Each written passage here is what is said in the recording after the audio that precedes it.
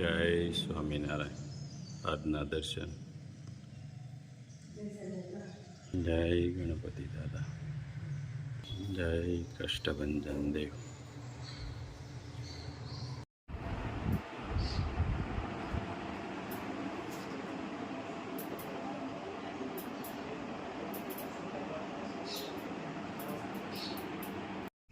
Good morning બધાને. જય સ્વામિનારાયણ. ઓમ શાંતિ. જય સ્વામિનારાયણ. જય સ્વામિનારાયણ. ઓમ શાંતિ. ઓમ શાંતિ.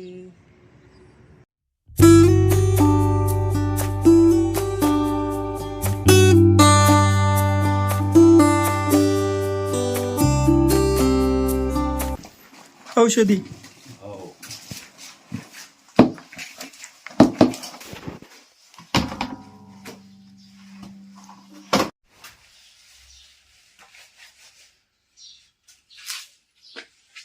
વક્રતુંડ મહાકાય સૂર્યકોટિ સમપ્રભ નિર્વિઘ્નમ કરો મે દેવો સર્વકાર્યેષુ સર્વદા.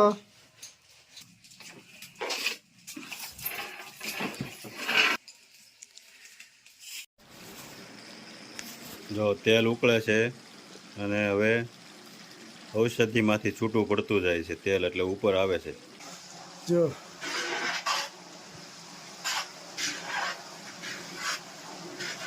આટલી ઔષધિ હોય ને તો ઈ તેલ આપણું રિઝલ્ટ આપે.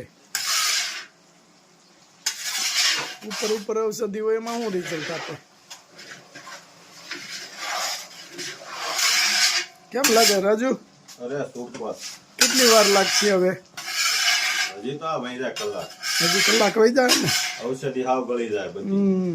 એક રસ થઈ જાય તો ઈ બનીને તૈયાર થાય. જો આગળ ઉપર આવવા મળશે પાછું. આ જો ઉપર બડબડિયા બોલવા મળ્યા. એ ઉપર આવે તરત. ઔષધિ જેમ ગળતી જાય ને એમ તરત ઉપર આવતું જાય તેલ. ઔષધિ ગળીને ઓછી થતી જાય. બરાબર. અને સુલે બને ને સુલે જો દેશી દેશી પદ્ધતિથી બને ને ઈ જ થાય. ઓલામાં તો શું છે, તેલ ગરમ થયા કરે એમણે. દેશી પદ્ધતિથી ન જ બનાવવાનું. અને લાકડા સ્પેશિયલ એના માટે. એટલે જ આપણે બધા રિવ્યુ હારા આવે, જોરદાર. અને આ એમણે થોડું બને રોવરાવી દે છે. જો આખું સાફ થતી જાય. આવી રીતના ઉકળે છે આખું. તેલ છૂટું પડતું રહે છે. હવે બનવાની તૈયારીમાં જ છે.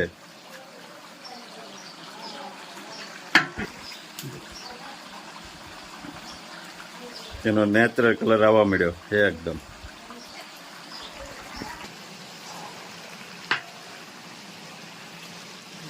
ઔષધિ બધી પાકી ગઈ અને તેલ મળ્યું છૂટું પડવા ઔષધિમાંથી. આ કેટલું એક દિવસ કે દોઢ દિવસ આ કલ્યું હોય તેલમાં, અને પછી એને ઉકાળી એટલે તેલ છૂટું પડે ત્યાં સુધી ઉકાળવાનું. ઔષધિ બધી પાકી જાય એમાંથી રસ મેકી દે ત્યાં સુધી આને ઉકાળવાનું. હવે જો ઔષધિમાંથી છૂટું પડી ગયું અને ઓરિજિનલ કલર આવે પછી ગ્રીન કલર જ આવે.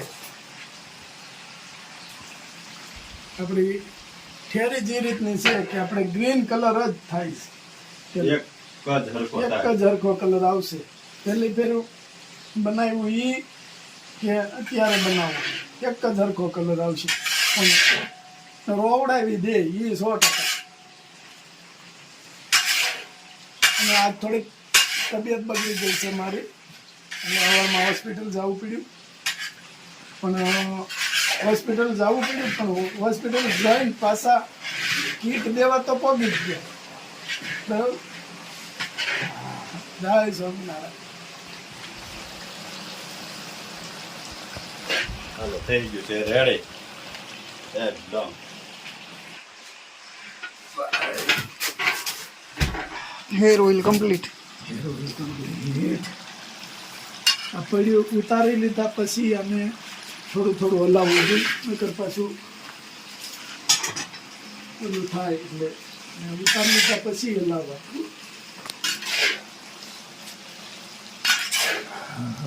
આમાંથી જે તેલ નીકળે ને એ તેલ આપણે લેવાનું.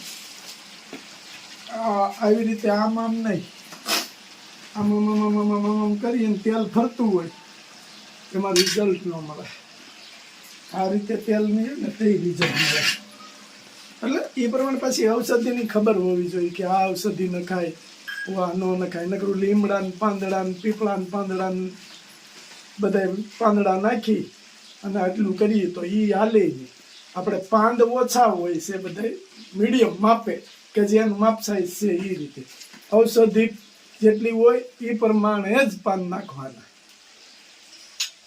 કે આટલું એનું માપ સાઈઝ. પણ આપણે આપણા વ્યવસાય ના પાડી છે કે માપ સાઈઝ તમને કોઈને બતાવતા નહીં, નહીંતર કોપી લાગશે. બરાબર કે માનો કે આપણે જ્યારે તેલ બનાવ્યું ત્યારે લોકો ઘણા આપણે કીધું કે કોપી એમ. તો શેમ્પુ તો આપણું પહેલા બની ગયું છે, એમાં કોઈ નથી કહેતું કોપી લાગી એમ. જે ભગવાનને જે એના મગજમાં ઉજવાડ્યું હોય છે એને કીધું હોય છે. પણ ભગવાનને કહી આ શેમ્પુ આપણું બની ગયું, હવે એમાં તો કોઈ કીધું નહીં કે કોને કોપી કરી એમ. જેને કર્યું હોય એને આપણે કોઈનું વ્યક્તિગત નામ લઈને નથી કહેતા, પણ કોપી થઈ કરી શેમ્પુની તો એમાં કોઈ નથી કહેતા કે તમે કોપી કરી એમ. આપણી પાછળ જ પડ્યા હતા. એટલે આપણે સમજવાનું, કુદરતે આપણે રસ્તો બતાવ્યો કે આ લોકો જે કોઈ હોય એ તમારી પાછળ પડ્યા છે, પણ તમે આગળ વધ્યા જાઓ, કર્મ તમારું ચાલુ રાખો, ફળ હું આપીને આપી. બરાબર. જય સ્વામિનારાયણ. કોપરેલ, આ કોપરેલ ખાદ્ય કોપરેલ છે, એટલે કોઈ ખાવામાં યુઝ કરે ને તોય હાલે. આપણે એ કોપરેલ વાપરીએ છીએ. જો મસ્ત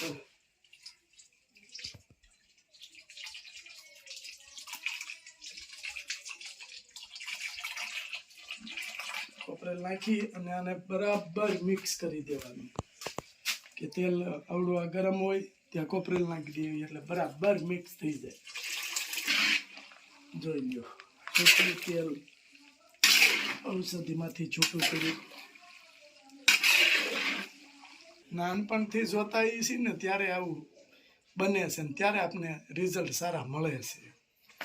નાનપણથી જોતા એ છે કે કોઈ એવું નહીં કે મેં કીધું ઓલા ભાઈ કીધું ને આપણે બનાવી નાખ્યું, એવું નહીં. આ તો ઓલાની ઘોડે કે મગજમાં ફિટ થઈ ગયું. કારણ જ નાનેથી જ જોતા એ છે. આપણે ઓલા અમદાવાદ વાળા ભાઈ નહીં, હા, એ કે મારા દાદીમાની યાદ આવી ગઈ.